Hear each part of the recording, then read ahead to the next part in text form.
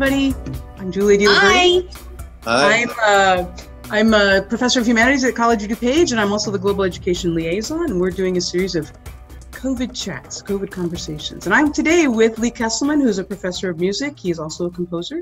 He directs several of our choirs. You can see he's directing as we speak in his background there. And Lee has been at the College of DuPage since 1981. We also have Connie Canaday Howard, who is a professor of theater at the College of DuPage. She is the managing artistic director of the Buffalo Theater Ensemble, which is our professional theater company. And Connie is both actor and director as well. And she has been at the college since 1988. And we are here to talk about COVID and the arts. So, hey, you guys, hey again. Hi. Hi. So one of my questions, it's that standard old question. We're in a crisis. Often after natural disasters, when countries have to rebuild, money comes in from NGOs and people complain and say, why are we giving money to the arts during natural disasters? Shouldn't we be putting that money towards health and education and sanitation? The arts will happen anyway because people will just create wherever they are. Do we really need to give money to the arts? So my question to you is, during COVID, are the arts actually really relevant? And if so, how? And we're gonna start with Connie, and then Connie, you're gonna sort of let Lee, you guys can just talk about that together. Yeah, it's a really hard question. I mean, I have been donating to all kinds of humanitarian efforts since this started, as well as artistic efforts and other social efforts.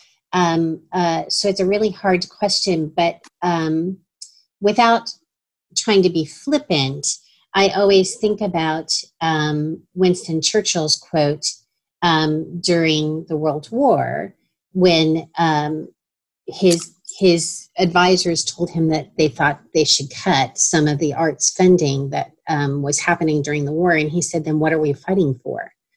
Bottom line is, it's still, even in phase 3, it's still a very serious and can be very traumatic time. This is unlike any other crisis that we have lived through in our lifetime, this pandemic. And the arts, yes, we can create, and lots of people are creating. I'm working on a show right now through Zoom, but it also is a way to celebrate and renourish your soul. It's a way to calm yourself and to think about things in a provocative way that maybe you haven't thought of before. I've watched theater that I never would have seen before from across the world during this time because they've allowed it to be seen. Oh, right. So it's become more international then in that sense. You have wider access.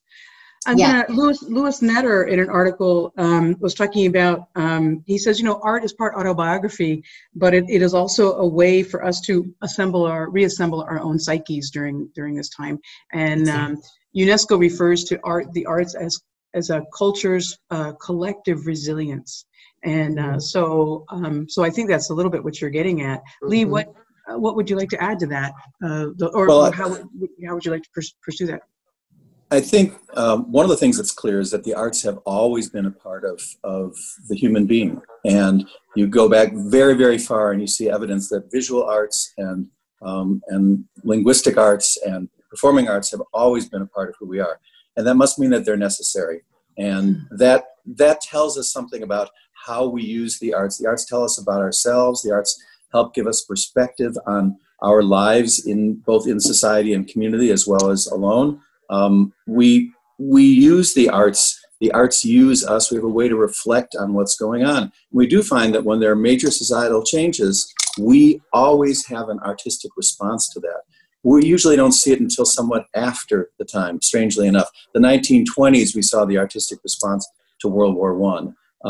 The AIDS crisis, it came near the end of the sort of first immediate rash of cases and deaths and so forth. We see the arts reacting to and helping us understand. The Greeks knew that through catharsis, through seeing theater, we were able to experience things we didn't have to, that we were able to experience things on stage we didn't have to experience in real life in order to better understand ourselves, our fears, our beliefs, our joys, our celebrations. The arts are always a part of celebrations, and they're always a part of our coming to grips with the parts of being human that we're not comfortable with. Do you think, so you talk about that response and sort of the lag time, do you think the arts are responding in real time right now to COVID? Or do you think that we're going to have to wait to see the COVID effect on the arts?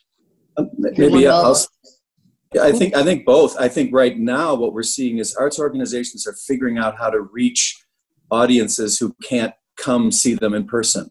So the Berlin Philharmonic has opened up its entire library of all their recordings from the beginning of time so that you can stream those and watch those. And Metropolitan Opera every day has a different one of their archived film recordings. So we're getting that. We know that book readership is up. We know that poetry writing is up. We know that composing is probably up. I mean, all those things indicate that there's something happening. Probably the artistic response of what composers and playwrights and novelists write, that's probably going to come a little bit later. That's my feeling anyway.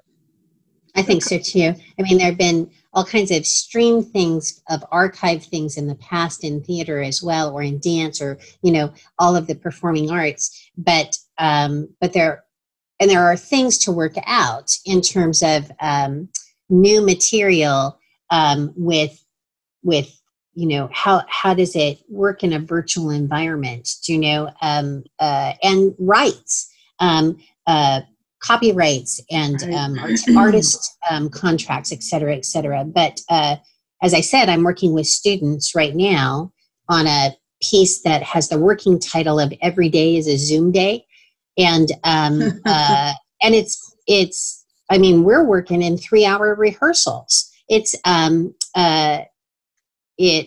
really invigorating and fun, challenging too. Does it make you more attentive or less attentive? I mean, like, does it make you, how does that change the collaborative experience? Well, you don't have full body, so your word choice and what you do with your face and your hands becomes even more important.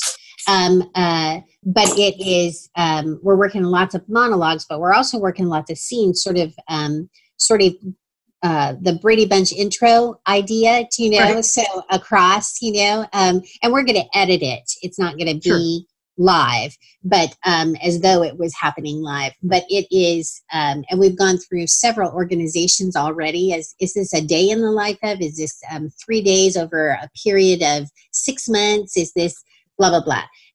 But because it's improv, so we can do that. But I think it makes you more attentive. You know, when you're looking at a 3-hour rehearsal of improv, because you can rehearse 3 hours and not have anything that's usable, it becomes fodder for the next rehearsal where you get a few minutes of usable material, etc. But I was like, in Zoom, I was like, okay, am I going to have to take more breaks? Blah, blah, blah, blah, blah. And in actuality, it's not enough time. We could keep going. Interesting. You know? So it's packed. So let me suddenly, by the way, I want to make better facial expressions and use my hands more for this. So Lee, you know, the same question, or let me ask you both this, and we'll start with Lee. Are the live arts going away? Has Zoom changed the power of the arts? And are we going to just never get off our couches again because of this accessibility? Lee? I think some of it is that we're in suspended animation. We really, there are things you can do that are electronic and at a distance, and there are things you can't do. And we are all in the arts because most of us are in the arts because we really like the things that you can only do live with audience and with co-performers and so forth. I've made one virtual choir recording of our COD chamber singers. I didn't really want to do it because they don't sing together. They sing alone and mail in their part, and then the technician puts it together. And my students were, we want a record of our year together, and we want to be able to know what we sound like and look like. And I said, you won't like it. Of course, you know, being the dad, I was sure they wouldn't like it. Well, only half of them even sent in a recording because they were so frustrated with the process. And then one girl said, I recorded mine 12 times. I never liked it. is because she didn't like singing alone, and the experience was completely different from the choral music experience of singing together. So there are things that are changing. What we do know, what we do hope for, is that we'll be back to something that approaches normal, sitting in a theater or a concert hall, watching live arts unfold. It's different for writers, it's different for painters, it's different, but in the performing arts, we really require that. We all know that watching a movie in your living room alone on the screen is different from watching one in the movie theater. And Connie, are you echoing that, or are you, I mean, that's sort of what you're, so then let me ask you, you guys are talking from the creator's perspective. Let's talk about from the spectator, Audience participant, audit, thanks, I forgot the word audience there. I think perspective. You know, I'm often an audience member myself. And I think that's why people see live performance, is because of the energy in the room between whatever the stage is and the audience. It is the piece is affected by audience reaction. And it's alive because of that audience reaction. We always say that you don't have a theater piece until you have the audience. You have a rehearsal until you have the audience. So it's too soon to say. And I do think in all aspects of our life, including the arts, post-pandemic will be the new normal. We will have evolved through this. And I think the things that are being sort of struggled with, challenged with about how to further the art form in ways that we wouldn't have done before, I think that's healthy. So I think it will have affected that live performance in some way.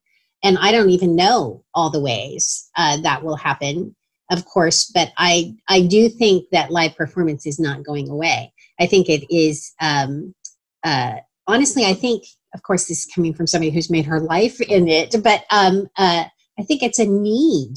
I think it's a need of audience and those people who are working artists to congregate in that way, to grapple with, whether it's comedy or drama, to grapple with the issues what makes us human.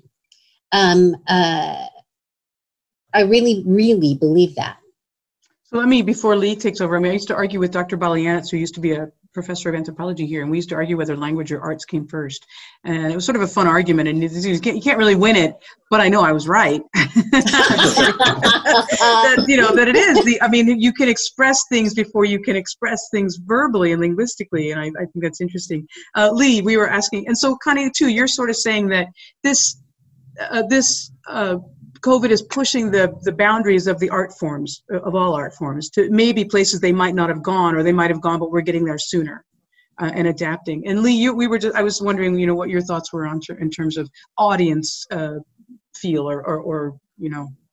I think it's really necessary to the performing arts, and whether that's film or whether it's dance or music or theater or some hybrid combination, I think that is a vital part of it. I really miss being in the theater and the concert hall right now as a consumer, as a person who goes to those things. And I think when we think about all three of us are teachers, when we think about the dynamic that takes place in a classroom as opposed to the dynamic that takes place when we're teaching online or having this conversation online, this would be a different conversation if we were all in the same room together. We would read body language, we would see nuance, we would hear nuance, we would react to each other in real time. And the arts are that, and then blown up to maybe even a much larger situation, because it involves, a product that people come and see over and over again. But we know that a play is different every night in the theater.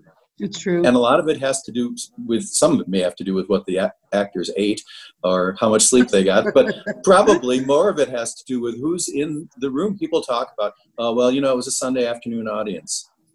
And that doesn't mean a bad thing, but it means that's different from the Saturday night audience.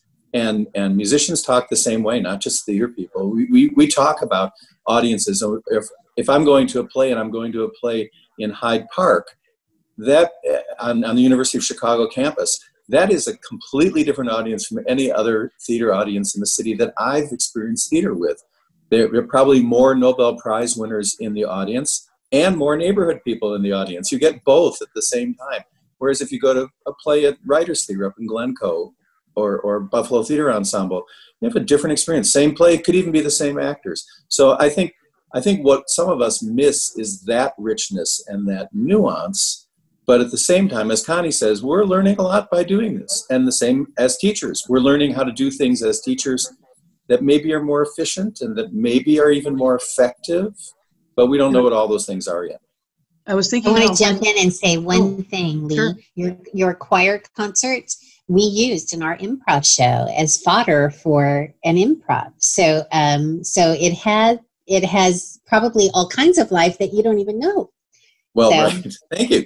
Yeah, no, I think that interplay of audience and, it's something we don't think about in terms of live performance. I think it's part of the power of it, is that the audience is impacting the performance, and the performance, hopefully, of course, is impacting. And so that's one of those intangibles that has so much weight that it's hard to replicate. You guys are like so high-minded. You're like, we would be paying attention to the performance if we were live. We would be taking it. And I'm like, I would be hearing the guy crinkling the last M&M in the package trying to get it out. So that's where we're at.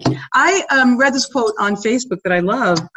This woman who works in infectious diseases, and she said, I've prepared my whole life to study science and all these. She said, I never understood why I had to take an arts class. I never understood why I had to take an English class. And I'm a scientist, and I work every day with this pandemic. And what I find myself going to are thoughts of inequity, injustice, and the people. I do not think about, she thinks about this, the science is internalized, and so she's talking about this idea of returning to the arts, even as a scientist, and we know that more and more people are, how are they filling their time? They're turning to the arts. So I guess I was curious to know, and then I like this idea of UNESCO saying that the arts are the voice of cultural resilience. And I sort of hear you guys sort of saying that, but do you want to add other thoughts to that? Can you go ahead? I think some of it is very hard to determine and see in the present tense. That when we look back at a year in time, and it might be 1742 or it might be 1875, we see trends that we didn't see before. When The Normal Heart came out as one of the first so-called AIDS plays, nobody knew there were going to be a lot of AIDS plays. I mean, plays about AIDS that reflected on the experience and that dealt with it from all different kinds of viewpoints and perspectives and age groups and socioeconomic groups and so forth. So we have a tendency to see these things later. We know that in the 1600s, Heinrich Schütz stopped writing pieces for big ensembles, starting writing pieces for chamber groups, because the 30 Years' War had killed 25% of the people in Europe, and there was nobody left to perform. But at the time, I don't know whether he was thinking, I'd like to reflect the disaster that just came upon Europe. He was just doing his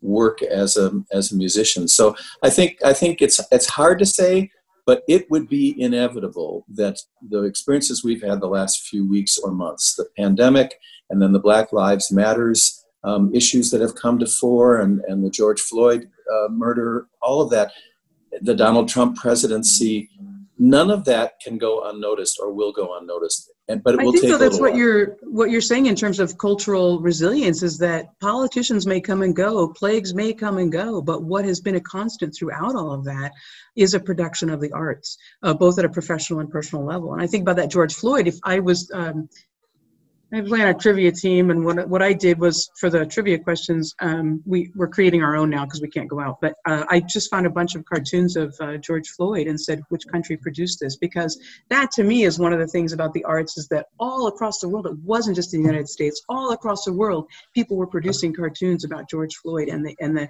inherent racism and that sparked so much in many countries. And I just So anyway, Connie, I didn't let you weigh in on any of that, but I guess to me, it's that resilience of the arts, and that the arts are not just here, but everywhere. And our arts affect other countries, and other countries are affecting our production of arts as well. Connie, there's a lot there. Pick one. I think I not pick one. I think I'll just add, but because I agree with everything that's been said, but I think that one thing that I'm finding, and I find that my current cast is finding, and my current cast is come from very different backgrounds. We have some current full-time COD students. We have somebody who has transferred on out of state and is back home and wants to be involved in the production. We have professional people who are taking the class and involved in the production. So it's a mix of individuals, and what I'm seeing a lot is the need. Part of it is this particular crisis, as opposed to, a catastrophic fire or hurricane or blah, blah, blah. It is necessary to listen, to not just use your own point of view, and to the need to be heard yourself, but the need to listen and understand others. So it's increasing, at least my hope is, it's increasing not only understanding, which I think the arts help us do, but also empathy and, calls to action, which I think is really a healthy byproduct of this catastrophic time and catastrophic events. It gives me hope. That's a nice way to sort of start winding down. But Lee, do you want to add to that? Or if not, I've got my last question. Go ahead. As per usual, I agree with Connie on everything that she said. Who doesn't agree with Connie? Yeah.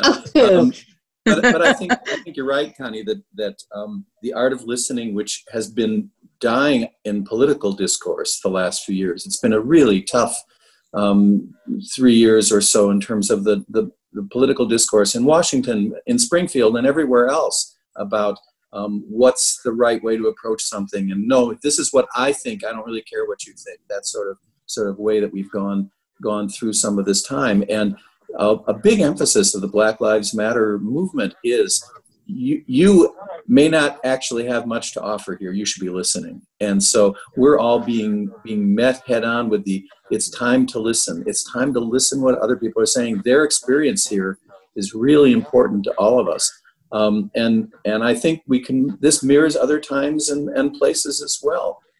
As a child of the 60s and 70s, I remember protesting in the streets. These are different protests. These are in some ways much more thought out, I might say, than maybe what we experienced. And that gives everybody an opportunity to change modality and not just information, change the way in which we communicate with each other. And like Connie, I'm hopeful that will help the discourse, and that will help move us to a different place where we're not just willing to accept, those statues have always been there, and so they're just going to be there for the rest of time.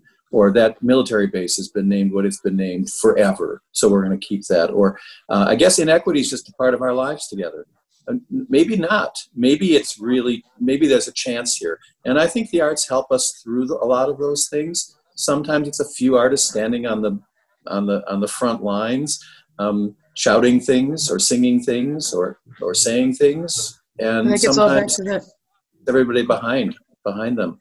So it gets back to that idea of listening and listening to the arts, and I think that's kind of what you guys were talking about in terms of that exchange between audience and performers. That there's that mutual listening that's going on, and we all think listening is such a passive skill, but I think we all know that listening is quite an active skill. Let's stop there, except for me to say, how do you guys, what did I not ask you that you wanted to put out there about the arts, or is there anything that I didn't give you a chance to sort of say, or how do you want to close the discussion? We'll start with Lee and then go to Connie. I think like Connie, I'm hopeful. I'm a little bit terrified as a choral conductor because there are health implications for what we actually do. And there's a lot of study being done. Major medical schools are putting a lot of effort into what happens in the room when people sing, and how is disease transmitted or not transmitted. And there's a lot of misunderstanding out there. And there's a lot of what, let's just say, internet chatter that really is not grounded in fact. Have you tried singing with a mask, Lee? Actually, I have tried singing with a mask. I've watched people sing with a mask. And I think, distancing and the mask issue and just the health of people being together. People sing in choirs in order to be together doing something. And it's a communal experience that's really important. That makes choral music in particular a risky business these days. So it's being worked on. There's a lot of discussion. We're going to learn an awful lot. We've always known that when you're sitting next to someone in the choir and they're coughing through 3 hours, you'll probably get sick, just like riding in an airplane next to them. That's probably not a good thing. So, maybe we're learning some things about how we deal with that on a regular basis, not just during times of pandemic. But we will recover. Just before this pandemic started, there was a statistic that more people are singing in organized choirs in the U.S. than at any other time in our history, and not just numeric, but percentage-wise. And now, today, probably fewer people than any time in our history, percentage-wise and numerically. Church choirs and community choruses and school choirs and everything else. So let me have that's you wind huge, up. And sorry, go ahead. I was just saying it's a huge shift, and I don't think we're going to lose it. I think it will be transformed, as Connie said, to a different kind of normal. We just don't know what all that means. But I am hopeful, and I'm writing all the music I possibly can because I'm sequestered in my house, and that is a good thing in some ways.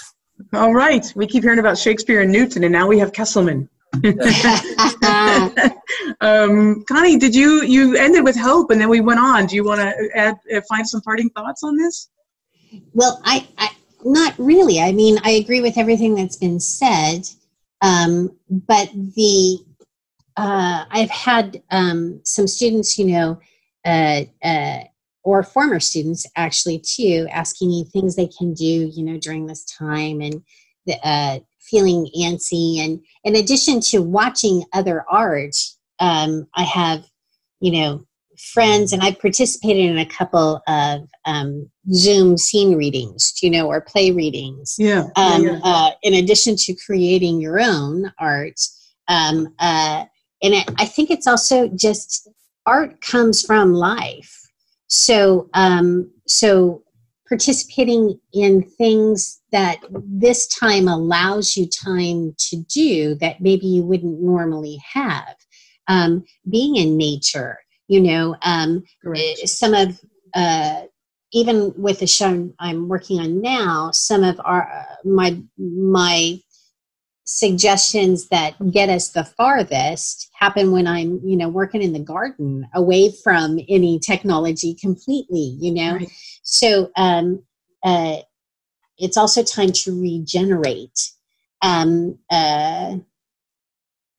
keep conversations staying open to all kinds of information and thoughts that might fuel something down the line 10 years from now, So I don't know. I just have, certainly there are times when this time can feel claustrophobic and disheartening and all kinds of things that are places that I don't want to live for very long if I can possibly do it.